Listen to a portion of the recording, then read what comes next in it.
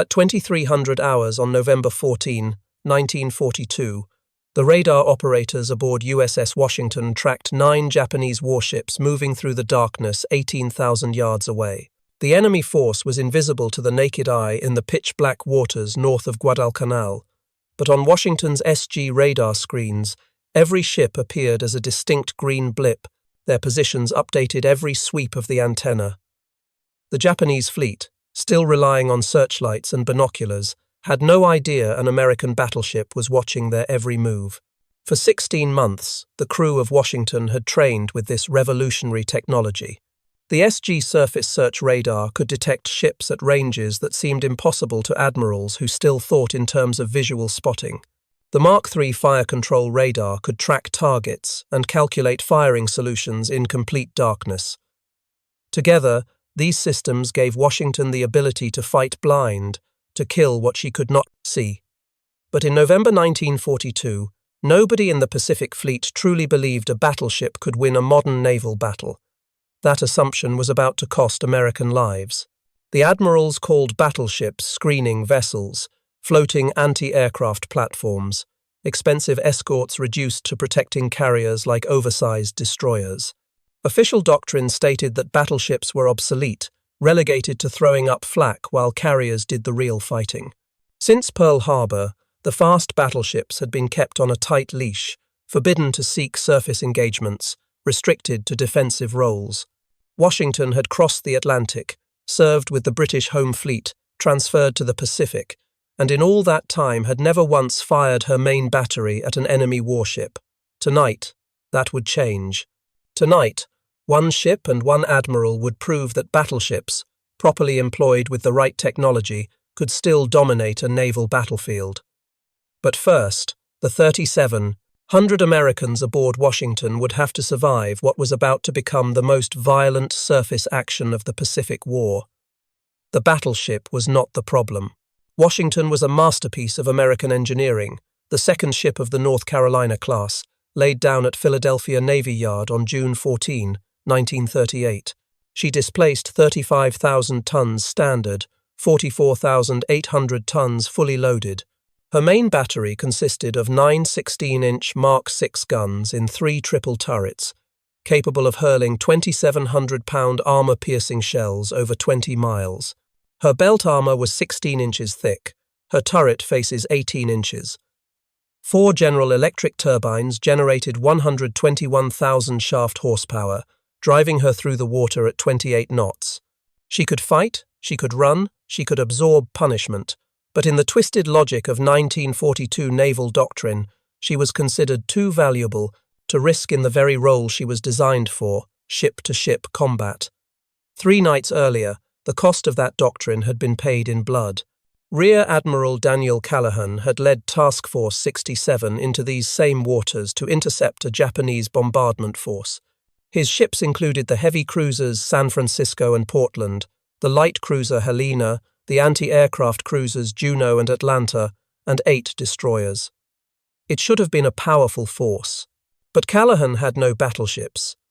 The Navy had exactly 2 operational battleships in the entire South Pacific Theater, Washington and South Dakota, and they were being held back with the carrier Enterprise, the only functional American carrier left in the Pacific. Doctrine said carriers were too precious to risk. Battleships existed to protect carriers. So Callahan went in without them. The result was catastrophe. In a confused night action that historians would later call the First Naval Battle of Guadalcanal, Callahan's force stumbled into Vice Admiral Hiroaki Abe's bombardment group in the darkness. The Japanese had 2 battleships, Hiei and Kirishima, the heavy cruiser Kinugasa, 2 light cruisers, and 14 destroyers. What followed was not a battle but a barroom brawl with naval guns. Ships fired at point-blank range, unable to distinguish friend from foe. American ships shot at each other. Japanese searchlights turned the night into a nightmare of glare and shadow. When the smoke cleared, Callahan was dead on San Francisco's bridge, killed by a direct hit from a 14-inch shell. Rear Admiral Norman Scott was dead aboard Atlanta, killed by American shells fired in confusion. The destroyers Barton, Cushing, Laffey, and Monson were sinking or sunk. Atlanta was dying. Juneau would be torpedoed and lost with nearly all hands while withdrawing. 706 Americans were dead. The Japanese had lost only the destroyers Akatsuki and Udachi, though the battleship Hiei was crippled and would be sunk by air attack the next day. Admiral Chester Nimitz, sitting in his headquarters at Pearl Harbor, read the after-action reports with growing alarm. The Marines on Guadalcanal were barely holding. Henderson Field, the airstrip that made Guadalcanal worth dying for, was under nightly bombardment from Japanese cruisers and destroyers. Now intelligence reported another, even larger Japanese force heading south. Admiral Nobutake Kondo was coming with the battleship Kirishima, 4 heavy cruisers, 2 light cruisers, and 9 destroyers. Their mission was to pound Henderson Field into rubble, then cover the landing of 11,000 fresh Japanese troops. If they succeeded, Guadalcanal would fall. The Marines would be slaughtered. The first American offensive of the Pacific War would end in disaster. Nimitz faced an impossible choice.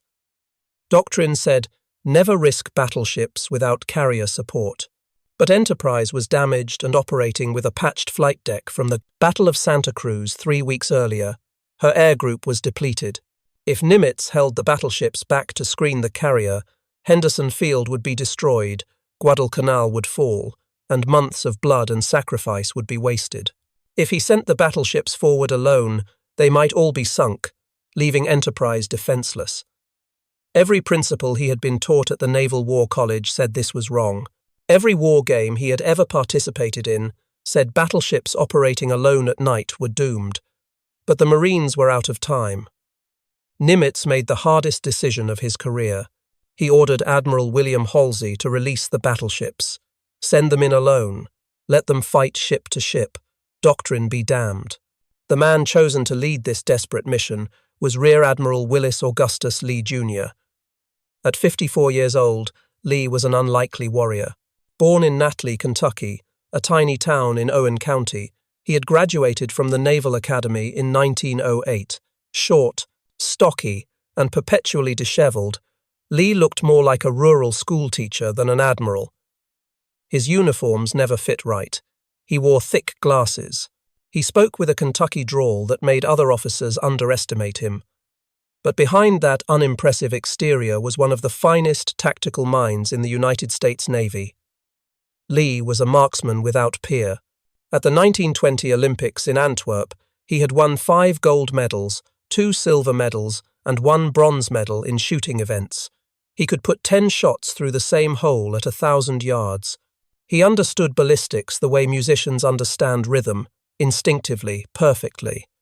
Trajectories, windage, bullet drop, lead angles, they were not calculations to him but intuitions.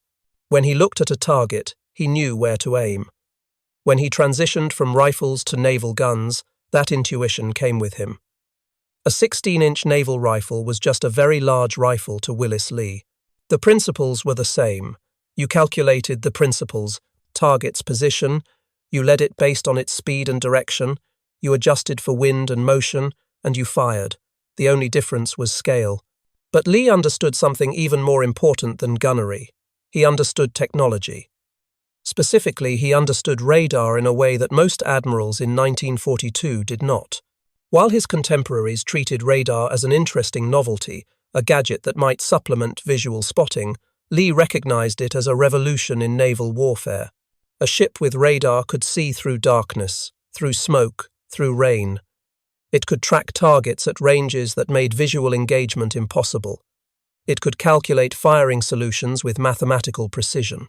Most importantly, it could allow one ship to dominate a battlefield where the enemy was fighting blind.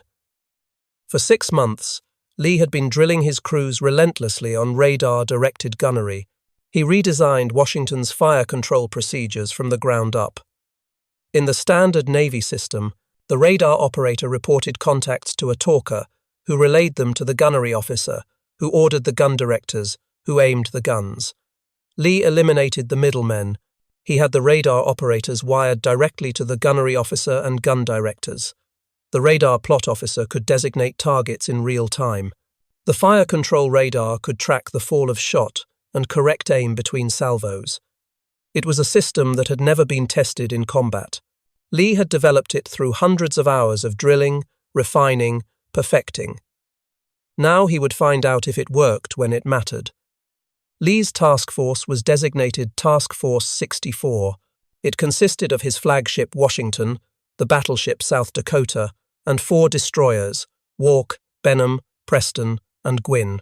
On paper, it looked impressive, 2 of America's newest battleships with destroyer escort. In reality, it was a scratch team that had never worked together. South Dakota had just arrived from the States after repairs from the planes 26 to the planes Rodin Battle of Santa Cruz, where she had been hit by a Japanese bomb. Her crew was green, many of them fresh from training. The 4 destroyers had been pulled from different task groups. They had never operated with the battleships. There had been no time for exercises, no opportunity to develop common procedures. Lee had exactly 1 day to weld this collection of ships into a fighting force. The problems went deeper than just unfamiliarity. Washington and South Dakota had incompatible radio systems. Their talk between ships, sets operated on different frequencies. Their recognition signals were different. Lee discovered this only after they were already at sea. He had to jury-rig a communication plan on the fly, using signal lights and predetermined maneuvers because the ships literally could not talk to each other reliably. The destroyers had their own problems. They were armed with 5-inch guns and torpedoes, weapons designed for close-range knife fights. Against Japanese cruisers and battleships, they would be outgunned and outranged. Their only advantage was their torpedoes, but to use them, they would have to close to under 10,000 yards, well within range of Japanese guns. As the sun set on November 14, Lee took his small force around the western tip of Guadalcanal. The 4 destroyers led in column formation, Walker in the lead, then Benham, Preston, and Gwynn, followed by the 2 battleships with Washington leading South Dakota. The column stretched for over 2 miles, 6 ships heading into waters that had already claimed dozens of American vessels. The sailors had taken to calling it Iron Bottom Sound because so many ships rested on the seafloor. As they rounded Savo Island, every man aboard could see the oil slicks and debris from Callahan's battle 3 nights before. Bodies still floated in the water. The wreckage of American destroyers broke the surface at low tide. Lee knew what he was heading into. Intelligence had provided detailed information about Kondo's force. The Japanese admiral was bringing the battleship Kirishima, a veteran of Pearl Harbor and dozens of battles since. She was technically a battlecruiser, built during World War I and modernized in the 1930s, but her 8 14-inch guns could throw 2,800-pound shells 19 miles. With her were the heavy cruisers Otago and Takao, each armed with 10 8-inch guns, the light cruisers Sendai and Nagara, and 9 destroyers. 14 ships total, each one trained in night fighting, each one armed with the Type 93 torpedo, what the Americans called the Long Lance, the deadliest torpedo in the world. It could run 12 miles at 49 knots with a 1,000-pound warhead. 1 hit could break a cruiser in half, 2 or 3 could sink a battleship. The Japanese had been training for night surface combat for 20 years. They had developed tactics, equipment, and doctrine specifically for fighting in darkness. Their lookouts were selected for superior night vision and trained to superhuman levels of skill. They could spot ship silhouettes at ranges that seemed impossible to American sailors. Their star shells and searchlights could turn night into day. Their torpedo tactics were refined to perfection. They had proven their superiority in night combat again and again, at Java Sea, at Savo Island, at Cape Esperance. American sailors had learned to fear the night. The darkness belonged to the Japanese. But Lee had something the Japanese did not expect. He had radar, and more importantly, he knew how to use it. As Task Force 64 moved through the Sound, Washington's radar operators tracked every contact. They could see the mountains of Guadalcanal and Savo Island. They could track friendly aircraft returning to Henderson Field.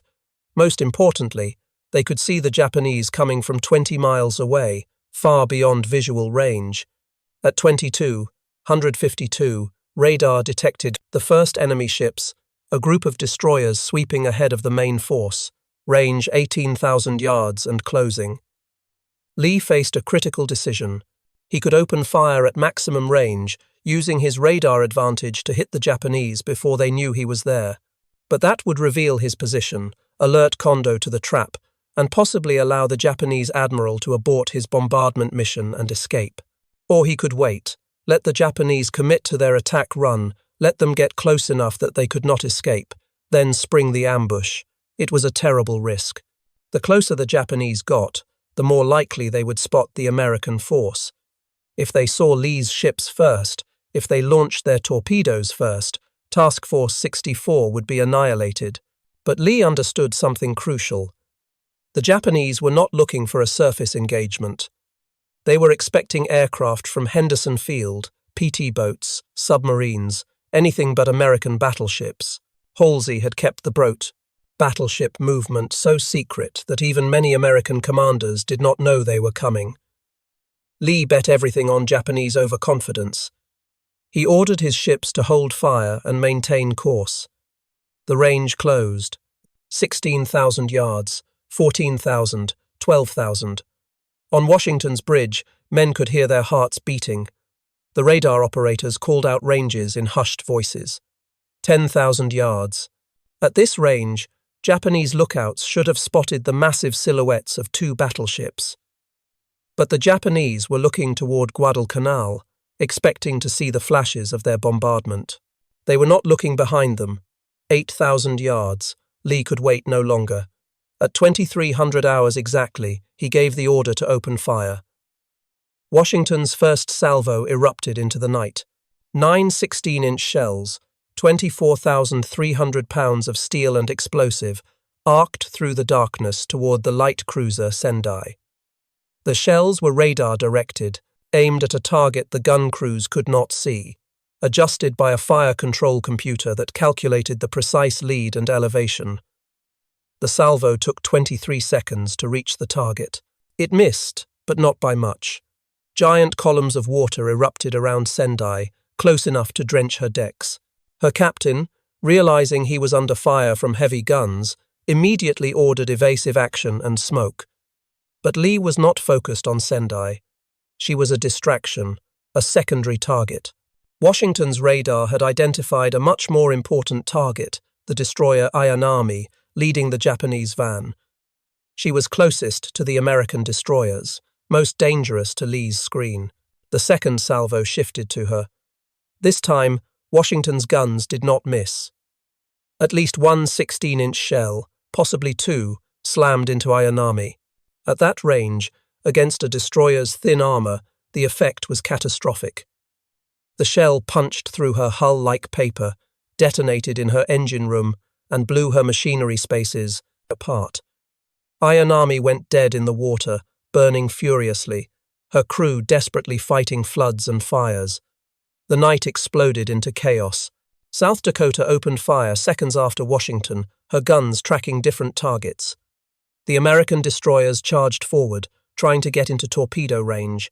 Japanese star shells burst overhead, bathing the sound in greenish-white light.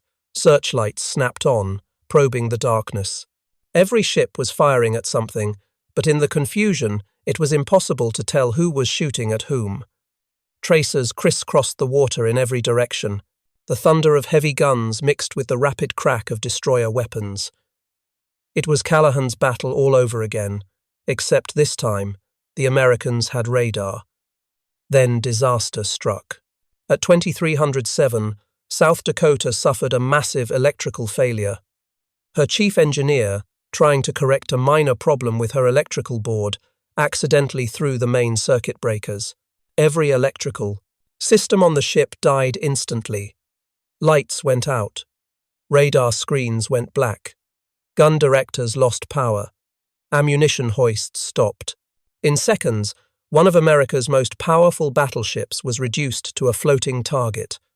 Emergency diesel generators kicked in, but they could only power essential systems. The main battery could still fire in local control, but without radar, without directors, the gunners were shooting blind. The Japanese pounced on the crippled battleship.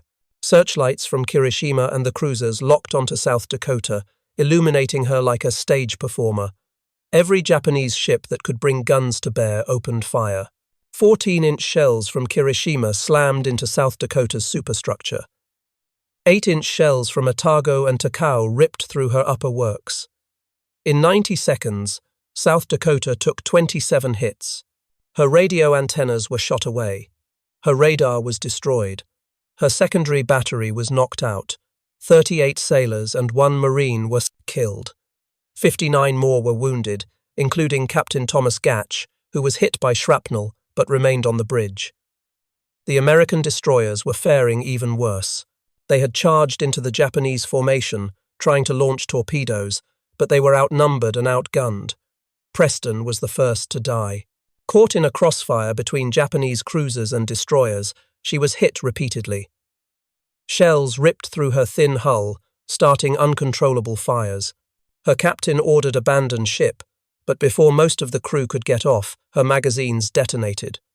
Preston disappeared in a ball of fire, taking 117 men with her. Walk went next. Leading the American destroyer column, she had pressed closest to the Japanese line. She managed to launch several torpedoes, but before she could turn away, Japanese return fire found her. Shells smashed into her bridge, killing her captain. More shells hit her engine room. Then a long-lance torpedo slammed into her hull, amidships. Walkie broke in half and sank in minutes. Of her crew of 250 men, only 75 survived. Benham was hit by a torpedo that blew her bow completely off. Somehow, she remained afloat, her watertight bulkheads holding, but she could no longer fight or maneuver.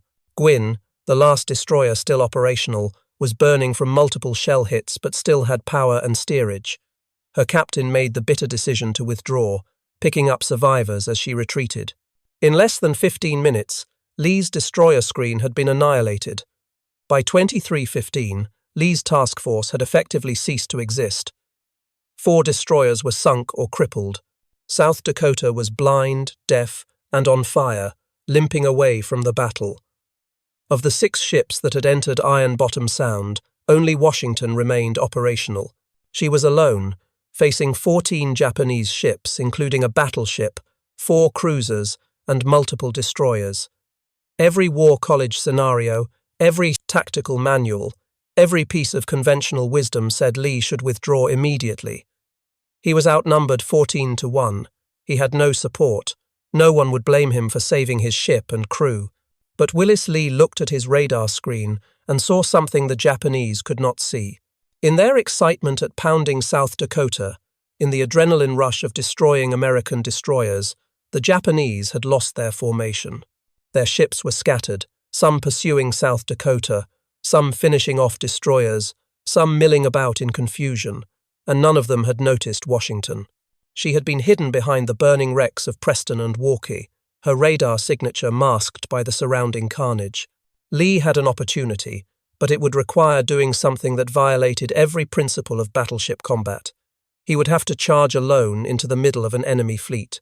Lee gave the order that would define his place in naval history. Complete silence on all radio circuits. No lights. No communication with other ships. Maximum speed ahead. Course 030. Washington accelerated to 26 knots and headed straight for the Japanese battle line. Her radar operators tracked every enemy ship, calling out ranges and bearings in whispers. 15,000 yards to Kirishima, 12,000 to Otago, 10,000 to Takao. The Japanese still had not seen her. Their searchlights were focused on South Dakota, now burning on the southern horizon. Their lookouts were watching their victims die. No one was looking for another battleship. At 8,400 yards, practically point-blank range for battleship guns, Lee gave the order to open fire on Kirishima. Washington's entire main battery, 9 16-inch guns, erupted in a perfectly coordinated salvo. At that range, with radar fire control, with a stationary target illuminated by her own searchlights, Washington's gunners could not miss. The first salvo straddled Kirishima. The second was a direct hit, then another, and another. In 7 minutes, Washington fired 75 16-inch shells. At least 9, possibly as many as 20, slammed into Kirishima. The effect was devastating. Washington's shells, weighing 2,700 pounds each, traveling at 2,300 feet per second, hit with the force of freight trains. They punched through Kirishima's armor like tissue paper. One shell destroyed her forward turret, killing everyone inside instantly. Another detonated in her engine room, shattering turbines and boilers. A third hit below the waterline, opening a hole that flooded 3 compartments. Her steering gear was smashed, jamming her rudder hard to port. She began circling helplessly, unable to maneuver, unable to escape, while Washington continued to pound her. Washington's secondary battery of 5-inch guns joined the assault. Over 100 shells slammed into Kirishima's superstructure, starting fires from stem to stern. Her pagoda mast, the distinctive tower that housed her bridge and fire control systems, was hit repeatedly. Windows shattered, equipment was smashed, men were cut down by flying metal and glass. Captain Iwabuchi Sanji was wounded but remained at his post, trying desperately to save his ship. But there was nothing he could do. Kirishima was dying. Admiral Kondo, watching his flagship burn, faced the bitter reality that his force had been ambushed. He still did not know how many American ships he was facing. The devastating fire pouring into Kirishima could be coming from multiple battleships. His cruisers Atago and Takao turned their searchlights toward the source of the gunfire, finally illuminating Washington. They opened fire with their 8-inch guns and launched a spread of 16 Type 93 torpedoes. But Washington was already turning away, her radar tracking the torpedo spreads. Lee ordered hard to starboard, and the giant battleship heeled over, racing north at maximum speed. Every torpedo missed, some by only yards. The Japanese cruisers tried to pursue, but Lee was not running away. He was repositioning, using Washington's speed and radar to maintain optimal engagement range. As the range opened to 12,000 yards, Washington's guns shifted to the cruisers. Her first salvo straddled Atago, sending columns of water over her bridge. The next salvo was closer. Admiral Kondo, realizing he was now the hunted rather than the hunter, ordered immediate withdrawal. The most powerful Japanese surface force to approach Guadalcanal since the invasion began turned and fled into the night. Behind them, Kirishima was dying. Her list increased steadily as flooding spread through her shattered hull. Damage control parties fought desperately to save her, but it was hopeless. At 0100 hours on November 15, Captain Iwabuchi ordered abandon ship. The crew gathered on the slanting deck, sang the Japanese national anthem, gave 3 banzai cheers for the emperor, then went over the side. At 0320, Kirishima rolled over and sank northwest of Savo Island. She took with her 300 of her crew. She was the first battleship sunk by another battleship in the Pacific War, and she had been destroyed by a single American ship fighting alone. Lee wanted to pursue Kondo's retreating force, but he faced a new problem. In the heat of battle, with all recognition signals confused, with radio frequencies jammed by interference, American PT boats based at Tulagi could not tell friend from foe. They were preparing to attack anything that moved, including Washington. Lee had to break radio silence to prevent being torpedoed by his own forces. His message to the PT boat base was characteristic of his personality. When challenged for recognition signals, Lee transmitted, "This is Ching Lee. Get out of my way. I'm coming through." The PT boats wisely held their fire. As dawn broke on November 15, the full extent of the American victory became clear. Japanese troopships that had been waiting to unload at Guadalcanal were caught in the open by aircraft from Henderson Field. Dive bombers and torpedo planes swarmed over them. 7 transports were sunk. Only 4,000 of the 11,000 Japanese reinforcements reached shore, and they landed without most of their equipment and supplies. The final Japanese attempt to retake Guadalcanal had failed. The tide of the campaign had turned decisively in America's favor. The cost had been terrible. The destroyer Preston was gone with 117 dead. Walker was gone with 175 dead. Benham, though initially saved, would sink the next day while under tow, fortunately with no additional loss of life. Gwynn was badly damaged. South Dakota would need months of repairs. In total, the United States Navy had lost 3 destroyers and suffered over 400 killed, but they had stopped the Japanese cold. Kirishima was on the bottom. The Japanese would never again send capital ships to Guadalcanal. The Marines would hold. The airfield would survive. The first American offensive of the Pacific War would succeed. When the casualty reports were compiled, one statistic stood out as almost unbelievable. USS Washington, which had single-handedly defeated a Japanese battleship and driven off an entire enemy fleet, had suffered no casualties. Not a single man aboard had been killed or seriously wounded by enemy action. The ship herself had taken only one hit, a 5-inch shell that cut her radio antenna. In the most violent surface engagement of the Guadalcanal campaign, the ship that had done the most damage had taken the least. It was unprecedented. It would never happen again in the war. Admiral Halsey's reaction to the battle was immediate and effusive. He sent a personal message to Lee that read, quote, "You and your task force have written a glorious page in American naval history," unquote. But the official Navy response was more muted. The battle was classified as a defensive action, not the revolutionary offensive victory it really was. Lee's after-action report, which emphasized the critical importance of radar in the victory, was filed away with little comment. The battleship admirals did not want to admit that the carrier advocates had been wrong about battleship obsolescence. The carrier admirals did not want to admit that battleships still had offensive value. So Washington's victory was minimized, treated as an anomaly rather than a validation of new tactics. Lee himself was philosophical about the lack of recognition. He told his staff that the important thing was not credit but results. Guadalcanal had been saved. American sailors were alive because of what Washington had done. That was enough. But privately, Lee was frustrated by the Navy's failure to learn from the battle. He wrote detailed reports on radar-directed fire control, on night fighting tactics, on the integration of sensors and weapons. He recommended new training programs, new equipment, new procedures. Most of his recommendations were ignored or implemented half-heartedly. The Navy was already moving on to the next battle, the next campaign. There was no time for revolutionary thinking. Captain Glenn Davis, Washington's commanding officer during the battle, recognized the revolutionary nature of what had been accomplished. The official action reports he filed emphasized the decisive role of radar fire control in the victory. His ship had engaged multiple targets in complete darkness, achieved devastating accuracy, and emerged without a single combat casualty. It was, in his professional assessment, the ideal demonstration of what properly integrated technology and training could achieve. Davis was awarded the Navy Cross for his leadership during the battle and was promoted to Rear Admiral in April 1943.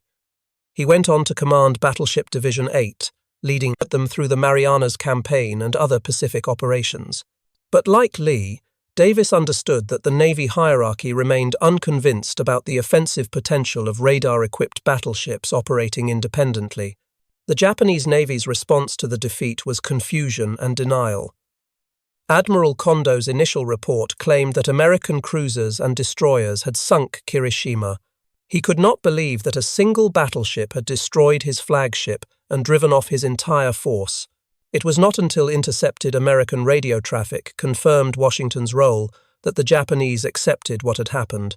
The psychological impact was profound. For the first time in the war, a Japanese battleship had been defeated in surface combat. The night, which had belonged to the Japanese since Pearl Harbor, was no longer safe. Japanese naval doctrine began to shift after the Battle of Guadalcanal. They realized that American radar had neutralized their advantage in night fighting. Their superb lookouts, their intensive training, their superior torpedoes, none of it mattered if the Americans could see them and shoot accurately in complete darkness. They tried to develop their own radar, but they were years behind American technology. They tried new tactics, but without radar, they were always reacting, always at a disadvantage. The confident Japanese Navy that had dominated the Pacific in early 1942 was gone, replaced by an increasingly desperate force trying to stem an inexorable American advance. Washington returned to Noumea, New Caledonia, for minor repairs and resupply. Her crew was granted liberty, and for the first time, they could talk about what they had accomplished. Sailors who had been at their battle stations, who had felt the ship shake with each salvo, who had heard the radar operators calling out targets, began to understand the magnitude of their victory. They had faced impossible odds and won. They had proved that American technology and training could overcome Japanese experience and numbers. They had turned the tide of the Guadalcanal campaign. But there was no time to celebrate. The war was far from over. Washington was needed elsewhere. She would go on to fight in the Gilbert Islands, the Marshall Islands, the Marianas, the Philippines, Iwo Jima, and Okinawa. She would earn 13 battle stars, more than almost any other battleship in the Pacific. But she would never again have the opportunity to prove what she had proved that night off Guadalcanal. The Navy kept her tied to the carriers, using her massive anti-aircraft battery to protect the flat tops from Japanese air attack. Her 16-inch guns would fire thousands of rounds at shore targets, supporting amphibious invasions. But she would never again engage an enemy warship in surface combat. The tragedy was not that Washington was restricted to carrier escort duty. That was frustrating but understandable given the evolution of naval warfare. The tragedy was that the lessons of her victory were deliberately ignored. Lee had proved that battleships equipped with radar and trained in its use could dominate night surface combat. He had demonstrated tactics that could have saved lives in later battles. But the Navy bureaucracy, committed to the primacy of carrier aviation, refused to acknowledge these lessons. Reports were buried. Recommendations were dismissed. The revolution in surface warfare that Washington represented was stillborn. Lee himself continued to advocate for better integration of radar and surface warfare tactics. In 1944, he was promoted to Vice Admiral and given command of the fast battleship force, 6 of the most powerful warships ever built. But they remained tied to the carriers, forbidden to operate independently. At the Battle of the Philippine Sea in June 1944, Lee's battleships formed a powerful battle line that could have intercepted and destroyed the Japanese surface forces. Instead, they were held back to protect the carriers. The enemy escaped. At the Battle of Leyte Gulf in October 1944, Halsey took Lee's battleships on a wild chase after Japanese carriers, leaving the invasion beaches unprotected. Only the heroic sacrifice of escort carriers and destroyers at the Battle off Samar prevented disaster. Lee watched these missed opportunities with growing frustration. He knew what his battleships could do if properly employed. He had proved it at Guadalcanal. But he was a good officer, and he followed orders, even when he disagreed with them. He continued to write papers and studies on surface warfare tactics, on the integration of radar and gunfire, on the future of naval combat. Some junior officers read them and learned.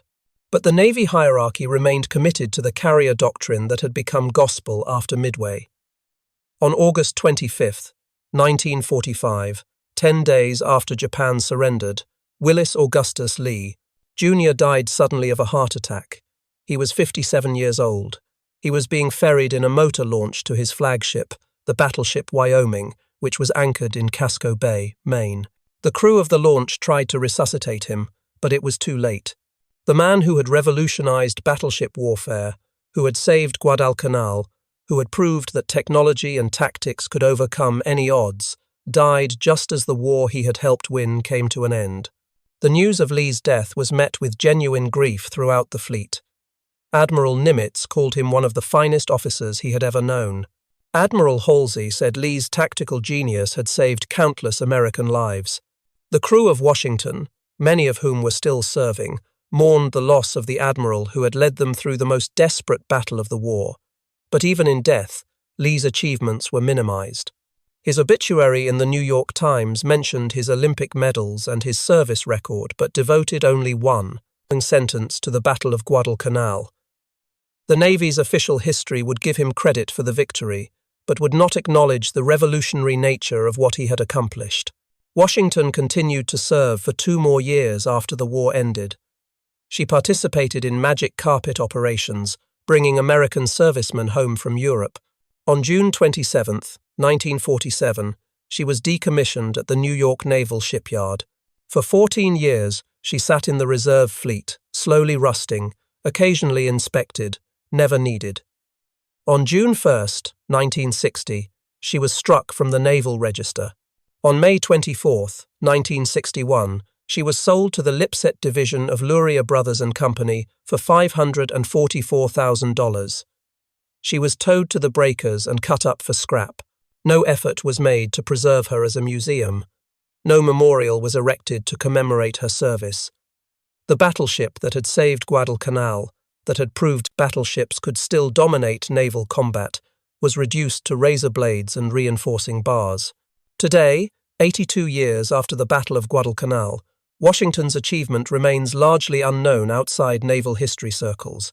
School children learn about the carriers at Midway, the Marines at Iwo Jima, the atomic bombs that ended the war.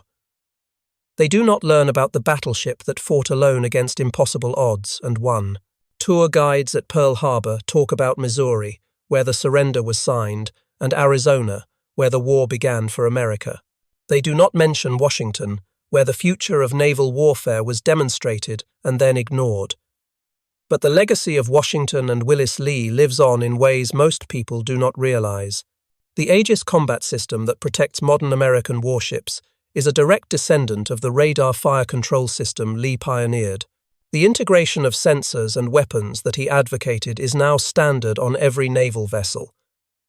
The tactical principles he developed, engaging beyond visual range, using technology to overcome numbers, fighting the enemy where he is blind, these are the foundations of modern naval combat.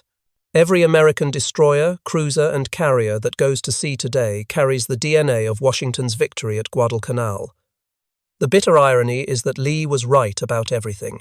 Battleships with radar could have dominated surface combat throughout the war if properly employed. Lives could have been saved. Battles could have been won more decisively. But institutional inertia and bureaucratic blindness prevented the Navy from learning the lessons Washington taught.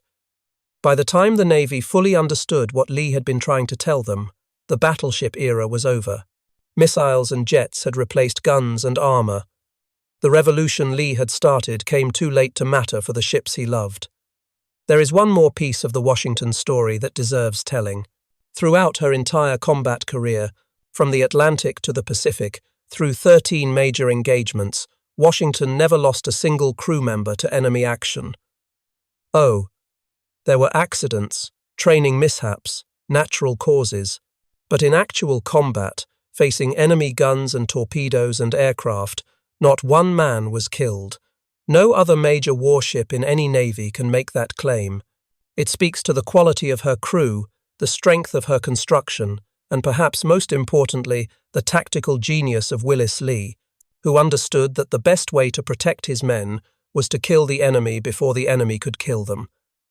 This perfect record almost seems impossible when you consider what Washington faced. At Guadalcanal alone, she was targeted by torpedoes, heavy cruiser guns, and at least one near miss from Kirishima's main battery. During the Philippines campaign, she was attacked repeatedly by Japanese aircraft, including kamikazes. At Iwo Jima and Okinawa, she operated under constant threat of air attack. Yet through it all, her crew remained untouched by enemy action. It was not luck, it was the result of superb training, excellent damage control, and most importantly, the revolutionary tactics that Lee had developed. By engaging at maximum radar range, by striking from unexpected angles, by using technology to dominate the battlefield, Washington avoided the bloody close-range battles that claimed so many other ships. The story of USS Washington raises uncomfortable questions about military innovation and institutional resistance to change. In Korea, American forces would rediscover the importance of naval gunfire support. In Vietnam, they would learn again about the value of precision engagement at maximum range. In the Persian Gulf, they would apply the principles of sensor integration that Lee had pioneered 50 years earlier. Each time, these lessons had to be learned anew because the institutions that should have preserved them chose instead to forget.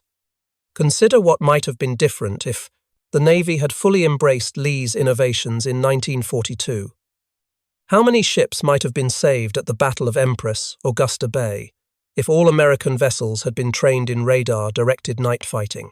How many sailors might have lived through the Battle of Samar if Halsey's battleships had been deployed using Lee's independent operation doctrine? These are not just historical what-ifs. They represent real lives that might have been saved if bureaucratic pride had not trumped tactical innovation. The Washington's story also illuminates a persistent pattern in military history. Revolutionary advantages are often discovered by practical men in desperate circumstances, not by theorists in war colleges. McKenna's piano wire tensioner that saved P-38 pilots, Guderian's blitzkrieg tactics, Boyd's energy maneuverability theory, all came from operators who saw what the establishment could not or would not see. And in each case, the establishment resisted, denied, and minimized until the evidence became overwhelming or irrelevant. Today, as the United States Navy faces new challenges from peer competitors with anti-ship missiles, hypersonic weapons, and space-based targeting systems, the lesson of Washington becomes relevant again. The service that adapts fastest to new technology, that listens to its operators over its bureaucrats, that values results over doctrine, will dominate future naval battles, just as Washington dominated that night off Guadalcanal. The question is whether today's Navy has learned from its own history, or whether it will repeat the mistakes of 1942. The physical traces of Washington are gone. Her steel was melted down and repurposed decades ago. Her crew, those brave men who sailed into impossible odds and emerged unscathed, have nearly all passed on. But their achievement endures in the principles they proved. Technology properly employed multiplies combat power. Training and tactics matter more than in numbers. One ship with the right commander and the right tools can defeat an entire fleet. These are not just lessons for naval warfare. They are lessons for any field where innovation confronts orthodoxy. As we mark another anniversary of the Battle of Guadalcanal, we should remember not just what happened, but what it meant. A single battleship, written off by doctrine, commanded by an admiral who looked like a schoolteacher, using technology that most officers did not understand, saved the first American offensive of the Pacific War. That victory was then deliberately minimized because it challenged the dominant narrative of carrier supremacy. The ship that proved battleships could still win was forgotten because remembering her meant admitting the experts were wrong. This November marks 82 years since Washington proved that courage, technology, and leadership could overcome any odds. Her story reminds us that the greatest victories often come from the most unexpected sources, that bureaucracies resist change even when lives depend on it, and that the price of institutional blindness is always paid by those who serve. Washington deserves better than obscurity. Her crew deserves recognition. Willis Lee deserves his place among the great naval commanders. Most importantly, their lessons deserve to be studied, understood, and applied. If you found this story worth remembering, if you believe the crew of Washington deserves recognition, if you think Willis Lee's tactical revolution should be celebrated rather than forgotten, please like this video. Your support helps us preserve these overlooked victories that shaped the Pacific War. Subscribe to ensure you never miss another untold story from World War II. These men faced impossible odds and won. Their achievements changed history, even if history forgot them. Share your thoughts in the comments below. Had you heard of USS Washington before this video? Do you know of other forgotten victories that deserve recognition? Are you watching from Guadalcanal, where the battle was fought, from Kentucky, where Admiral Lee was born, from Philadelphia, where Washington was built, from Bremerton, where she was finally scrapped? Your stories and connections help keep this history alive. Thank you for watching. Thank you for remembering USS Washington and her crew. Thank you for honoring Admiral Willis Lee and his tactical revolution. And thank you for keeping alive the story of the battleship that saved Guadalcanal, proved that innovation could overcome tradition, and was forgotten for doing the impossible. These stories matter not because they are history, but because they are truth. And truth, like the men who fought that night, deserves to be remembered.